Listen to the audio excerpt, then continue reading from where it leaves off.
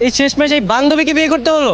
এই ন্যাকামি করিস না তো, এসব কিছু বাদ দিয়ে চল তোর বাসায় যাই। আমার বাসায় তোর কি কাজ? আমার বাসায় তোর কোনো কাজ নেই। ও মা, বিয়ে করলি আমাকে, এখন বউ নিয়ে বাসায় যাবি না? বিয়ে করেছি মানে এটা কি কোনো বিয়ে?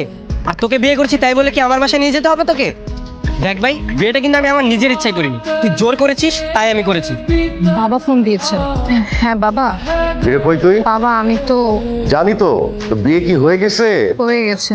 যা হওয়ার হয়ে গেছে, আর মানুষের কাছে জানাজানি হবার আগে বাসায় ফিরে আয়। তোকে নিয়ে যেতে বলেছে। আমাকে বাসায় নিয়ে যেতে বলছে মানে? আমি বাসায় যে কি করবো? তুই তোর বয়ফ্রেন্ডকে নিয়ে যা। বয়ফ্রেন্ড পাবো কই এখন? বিয়ে তো আমার তোর সাথে হয়েছে। আজব, বললে আমার যেতে হবে নাকি? আমি যেতে পারবো না। যেতে পারবি না মানে? ঠিক আছে তাহলে চল তোর বাসায় যাই। আরে আরে না না না না না, আমার বাসায় যেতে হবে না তোর। তোর বাসায় যাবি না, আমার বাসায় যাবি না, তুই যাবিটা কোথায়? চুপচাপ লাগেজটা নে, আমার সাথে চল, ব্যাগ নে।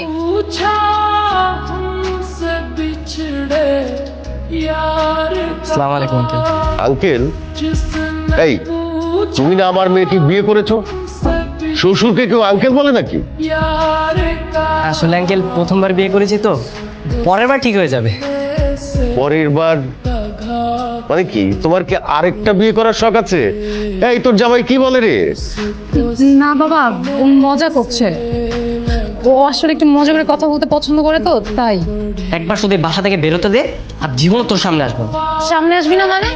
ডিভোর্স না দিয়ে বাবার সঙ্গে কিছু না বলে চলে যাবি? তখন আমার কি হবে? তো যা হয় হোক তাতে আমার কি, হ্যাঁ? আর আমি তোর সঙ্গে এক বিছানায় কখনো থাকতে পারবো না। তোর কি মনে হয় আমি নিজে তোকে আমার খাটে ঘুমাতে দেবো? মানে আমরা দুজন এক খাটে ঘুমাবো, আমি থাকবো বিছানায়, তুই থাকবি মাটিতে। অসম্ভব, আমি মাটিতে থাকতে পারবো না। আমি কেন মাটিতে থাকবো? তুই থাকবি মাটিতে। কারণ রুমটা না আমার, তোর না। তুই তোর বাড়িতে নিয়ে যেতে, তখন তুই যেখানে ঘুমাতে বলতে আমি সেখানে ঘুমাতাম। বাবা, মনে হয় আমি তোকে জোর করে বিয়ে করেছি। জামাই, এত রাত এখানে কি করো? ঘুমাচ্ছ না কেন? যাও ঘুমাতে যাও।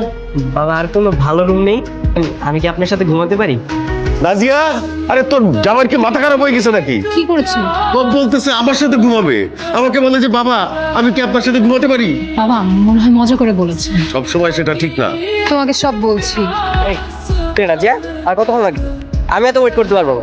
আরে ভাই দাঁড়ান না, আমার গার্লফ্রেন্ডের একটা ঝামেলা হয়েছে, এটা শুনবো না আমি? আরে কিসের দাঁড়াবো? আমাদের জন্য আমার শ্বশুরমশাই অপেক্ষা করছে। আপনার শ্বশুর আব্বাকে? কেন, নাজিয়ার বাবা?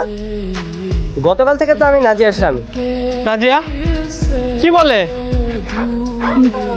হ্যাঁ আমি তোমাকে গতকাল বলেছিলাম না ঝামেলার কথা, এটাই হচ্ছে সেই ঝামেলা। তাই বলে তুমি আরেকজনকে বিয়ে করবে কেন? এই মিয়া, আপনার এত বড় সাহস, আপনি আমার বউকে ধমক দিচ্ছেন? কি বলে? আমি নাকি তোমাকে ধারে দিতে পারবো না?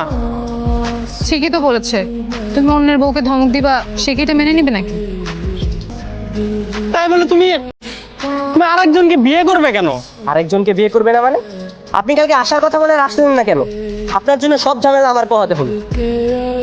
তুমি একটু প্লিজ মাথাটা ঠান্ডা করো, আমি তোমাকে সব খুলে বলছি। না, আমি যাবো না। যাবি না মানে? ডিভোর্স দিবি না নাকি? নাকি সংসার করবি আমার সাথে?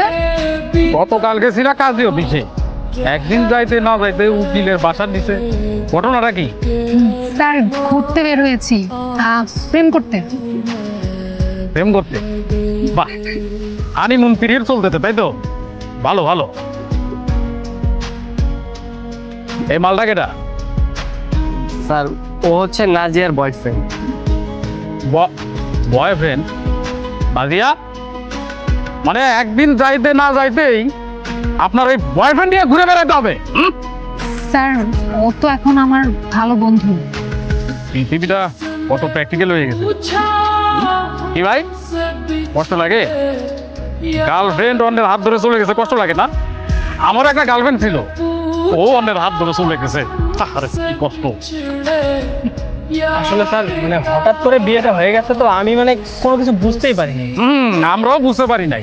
আসলে হয়েছে কি, গতকালকে এই দুইজনে হোটেলের কেবিনে আমরা সন্দেহজনক অবস্থায় ধরেছি, তারপর বিয়ে পড়াই দিছি। হোটেলে মানে